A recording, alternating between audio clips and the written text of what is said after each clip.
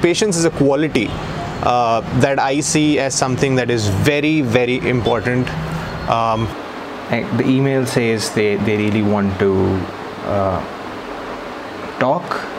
When do we set it up? We're doing this now. Hi. So what we've done is, in the behavioral analytics space, the workplace behavioral analytics space, we have built a platform which can understand the strengths and weaknesses of an employee in real time, which would mean the continuous engagement that an employee has with the platform keeps deducing the strengths and weaknesses in real time, which would help in decision making, right? It would help in taking preventive measures. We could just flag employees that have that are low on morale or are high on stress levels, that have poor communication skills or poor leadership skills, and those managers who are just ready to move to the next position with little less than satisfactory leadership skills that need to be trained on leadership skills. So it's not just about identifying the weaknesses that an employee has, but it's also about the skills that an employee is supposed to have for the next role or for the job that he or she is doing. So that's the overall area. It's a combination of machine learning and behavioral science that we've used, that we've deployed in this platform.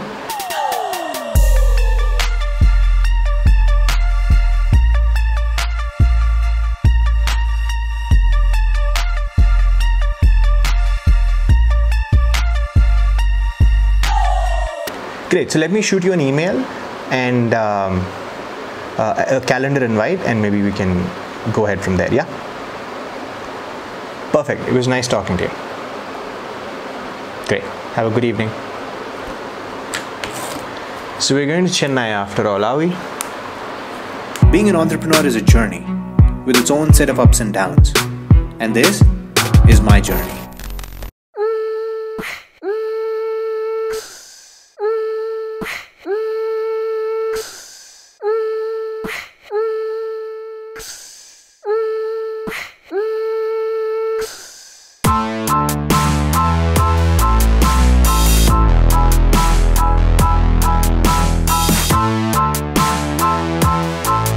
This city has so much to offer. Like really. Like I'm not kidding, really. There's so much land, there is so much space. Like for someone who's coming from Bangalore, few people here think there is traffic in this city, and it's really cute. Like for someone coming from Bangalore, it's really cute. You guys should go to Bangalore and see traffic firsthand. Like,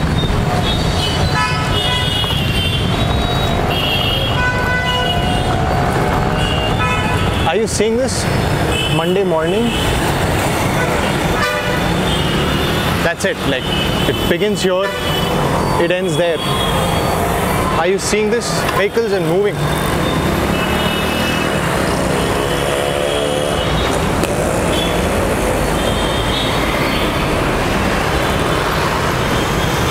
To me, if vehicles are moving, it's not traffic, guys. You should go to a place where red light or not,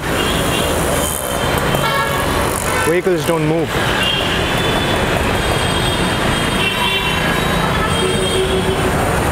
That's Chennai for you guys.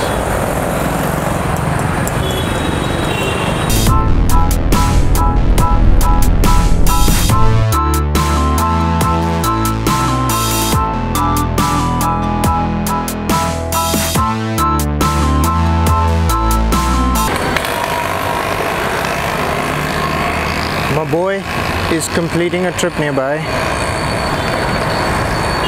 Oh no, he's completed. Arriving in 5 minutes.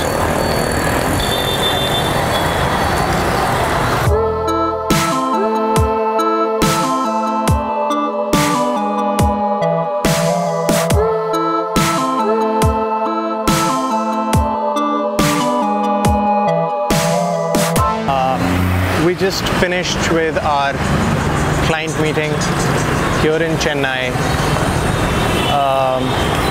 The client is happy with the product. He seems very excited. He's gonna, obviously he's not gonna sign the deal immediately, but he's gonna let us know in a week's time.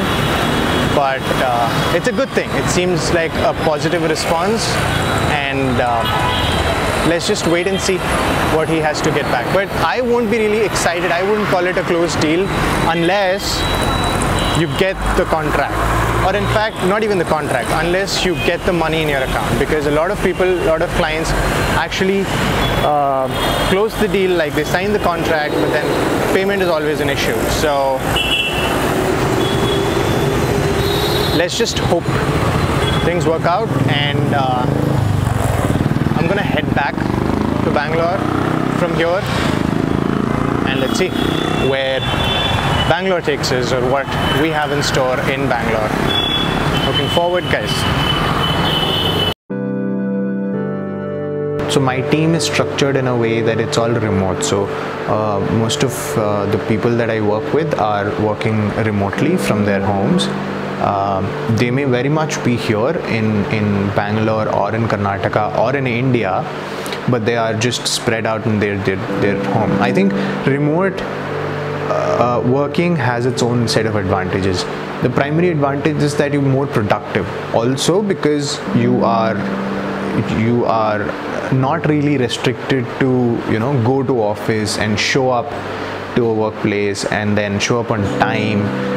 You can, I mean, considering how Bangalore is, you can easily avoid traffic and just be home and be more productive. So instead of wasting your crucial 2 hours of travel, you can just be home and instead spend that 2 hours doing something else, like taking a shower, for example. So I think that way remote working is just a win-win. But then there is the other side perspective of it also, right? So when you're working remotely,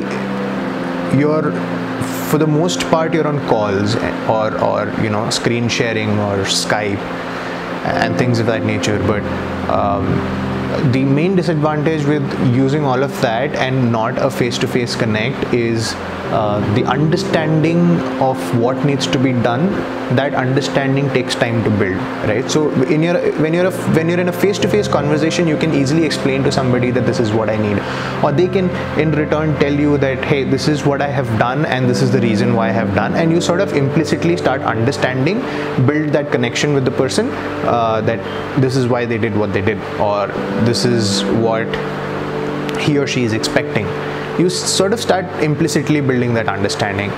In a remote setup, what happens is it's always on a call or on a screen share, and this process of building that understanding in expectations, it takes a little bit of time.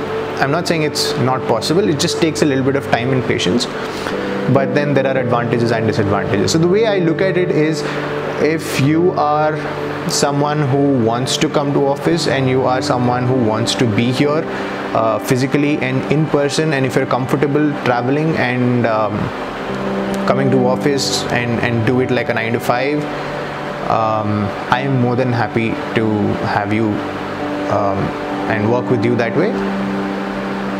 But then if you're someone who would rather prefer to be home and who would tell me that it would be more productive staying home and working remotely, I will be happy to have that as well. So I'm sort of not like very black and white on this one. I'm okay with both. Like, I understand the advantages and disadvantages each one of them have. I get it, but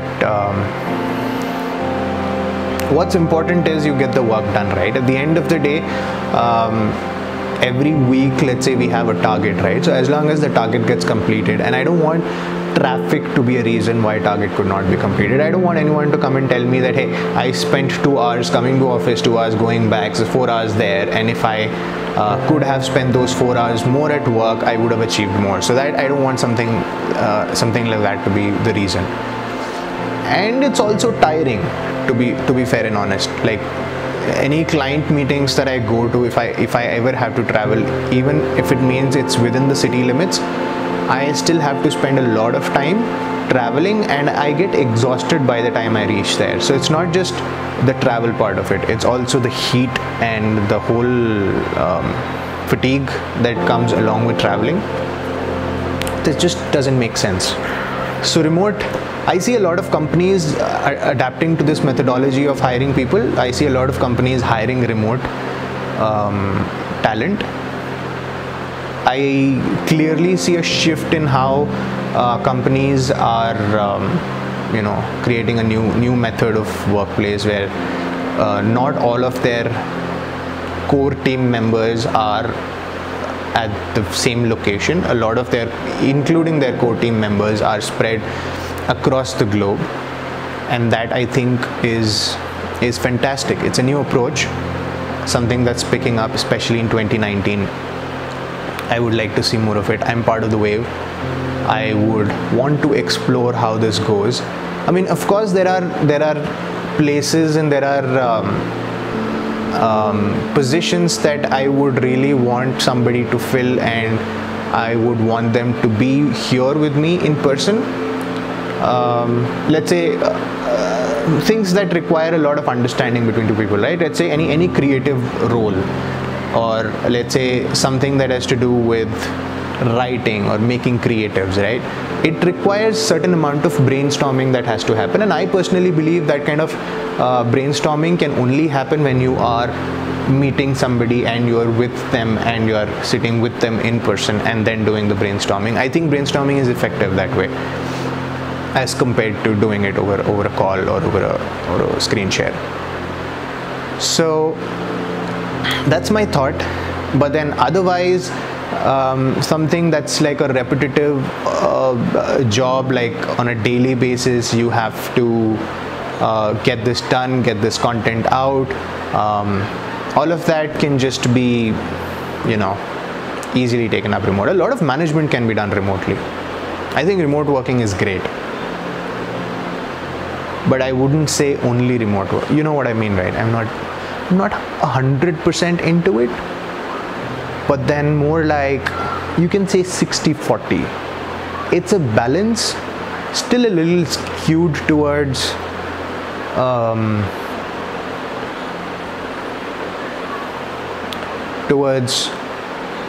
having a set of employees with you in person and working with them in person.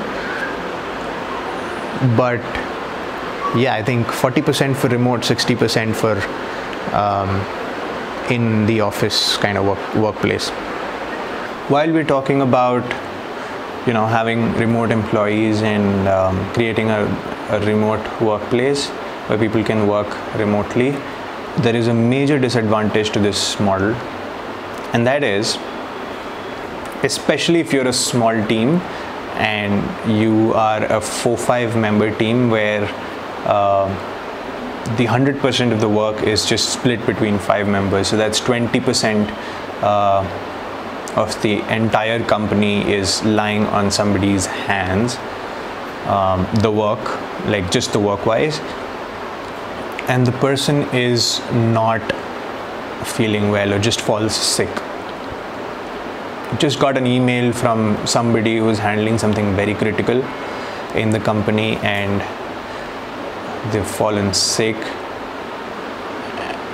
and that just means that my 20% as well as their 20%, who's going to do that 20%? That 20% of workload has to happen.